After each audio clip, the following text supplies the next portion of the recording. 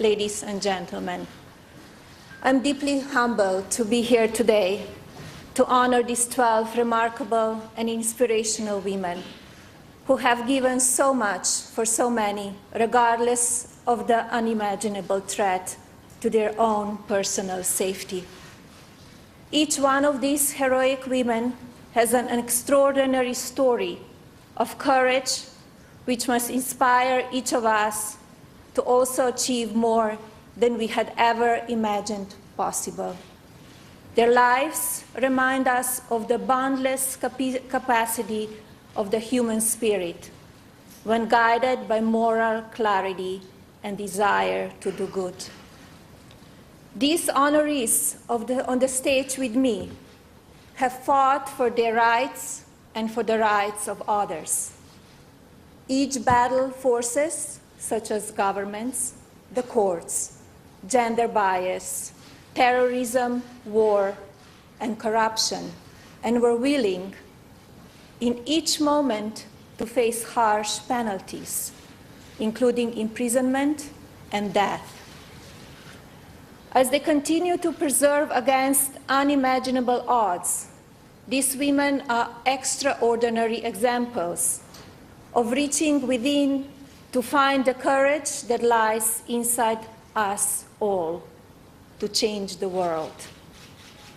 While learning the stories of these 12 honorees, I would like to ask each of us to take this moment and try to imagine what it would be like to experience the trying obstacles, domestic abuse, gender bias violence, or governed impression that some of these women have faced. Let us try to envision ourselves in their place, struggling against unequivocal gender bias and discriminatory laws which serve to protect the perpetrators of unthinkable crimes while punishing their victims should they even dare to speak out. Ask yourself if you would have the fortitude of spirit, the courage of your convictions, and the enormous inner strength required to stand up and fight against such overwhelming odds. Amazingly, each of our honorees has courageously answered yes to those questions.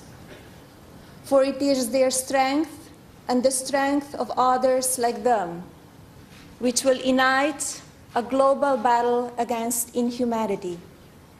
Together with the international community, the United States must send a clear message that we are watching. It is therefore our duty to continue to shine the light on each miraculous victory achieved by women, all capable of trying, truly leading the change to fight for those that cannot fight for themselves. These are the stories of human greatness that will continue to inspire and therefore must be told far and wide. These honorees who have fought on the front lines against injustice are true heroes. Their stories of an individual bravery remind us that there is always hope whenever the human spirit is brought to bear in the service of others, and that healing and personal empowerment are often born from such deeds. I believe that bravery is the ability to live one's life refusing to be discouraged, and instead choosing a life of purpose. Only when we do this are we are able to suppress what we previously believed to be possible. Each of these 12 women represents a life of enormous courage to save a child, to help a family, to make a neighborhood or school safe, or to boldly speak out against evil by refusing to back down, no matter the personal cost. to the young people here today, I ask you to allow the triumphs exemplified by these heroic women to inspire you in your own lives, and to remind yourself that you, too, are capable of greatness. I urge you to not be afraid to fail, as failure will never have the power to define you, as long as you learn from it. And realize that your first steps will always involve taking a leap of faith by believing in yourself while choosing to replace fear for hope. Let these brave women serve as daily inspiration, as it is now up to each of you to remain vigilant against injustice in all its many forms. As you go forward, remember their journeys as push ahead and strive to bring about a better community, a better country, and a better world in an ongoing fight for right over might. We must continue once again to shine the light on the horrendous atrocities taking place in neighborhoods around the corner and around the globe, where innocent families are crying out to live in safety. We must continue to fight injustice in all its forms, in whatever scale or shape it takes in our lives. Together, we must declare that the era of allowing the brutality against women and children is over, while affirming that the time for empowering women around the world is now. For wherever women are diminished, the entire world is diminished with them. However, wherever women are empowered, towns and villages, schools, economies are empowered, and together we are all made stronger with them.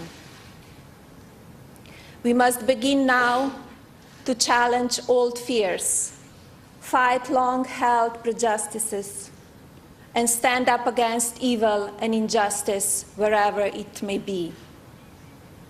As leaders of our shared global community, we must continue to work towards gender empowerment and respect for people from all backgrounds and ethnicities, remembering always that we are all ultimately members of one race, the human race. Each one of us is uniquely gifted. We must continually reaffirm our American values as we join with the international community to make our world safer through acts of collaborative and individual bravery. Thank you, honorees, for your courage, and thank you, Ambassador Shannon, for your support. God bless you, and God bless this great nation. Thank you. You're listening right there to First Lady Melania Trump. She's at the State Department. These are the International Women of Courage award ceremony that she's taking part in, honoring inspirational women, about a dozen recipients of the award this year.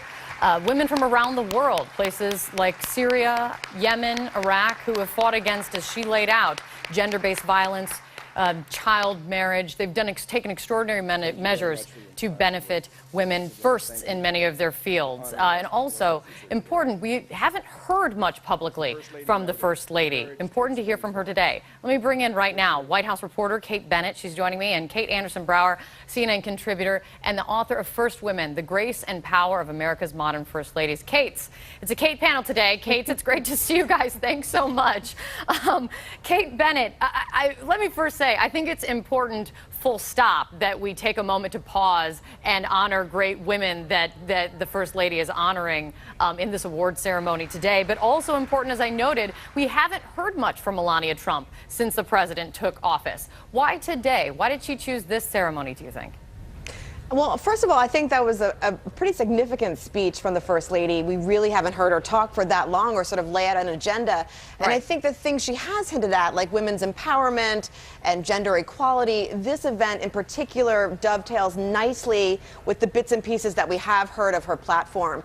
She really feels like she wants to be a humanitarian. Sources tell me she wants to really sort of make an impact on women's issues and with children. Therefore, this event today makes a lot of sense. It's the 11th time these awards have been given out, so it's a pretty special moment. Yeah, and Kate Anderson-Brower, I mean, how does Melania Trump stack up when you look at previous First Ladies in the first 100 days of the presidency in terms of activity and appearances?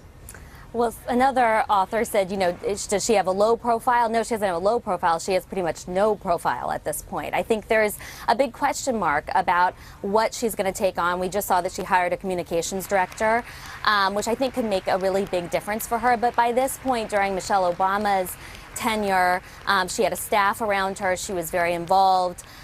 She had graced the covers of magazines and been a real force in Washington. And because Melania Trump doesn't live here, we don't see much of her. And I agree with Kate Bennett. I mean, this was a really effective speech, and I think she hit on the humanitarian, kind of softer side that her husband doesn't often talk about.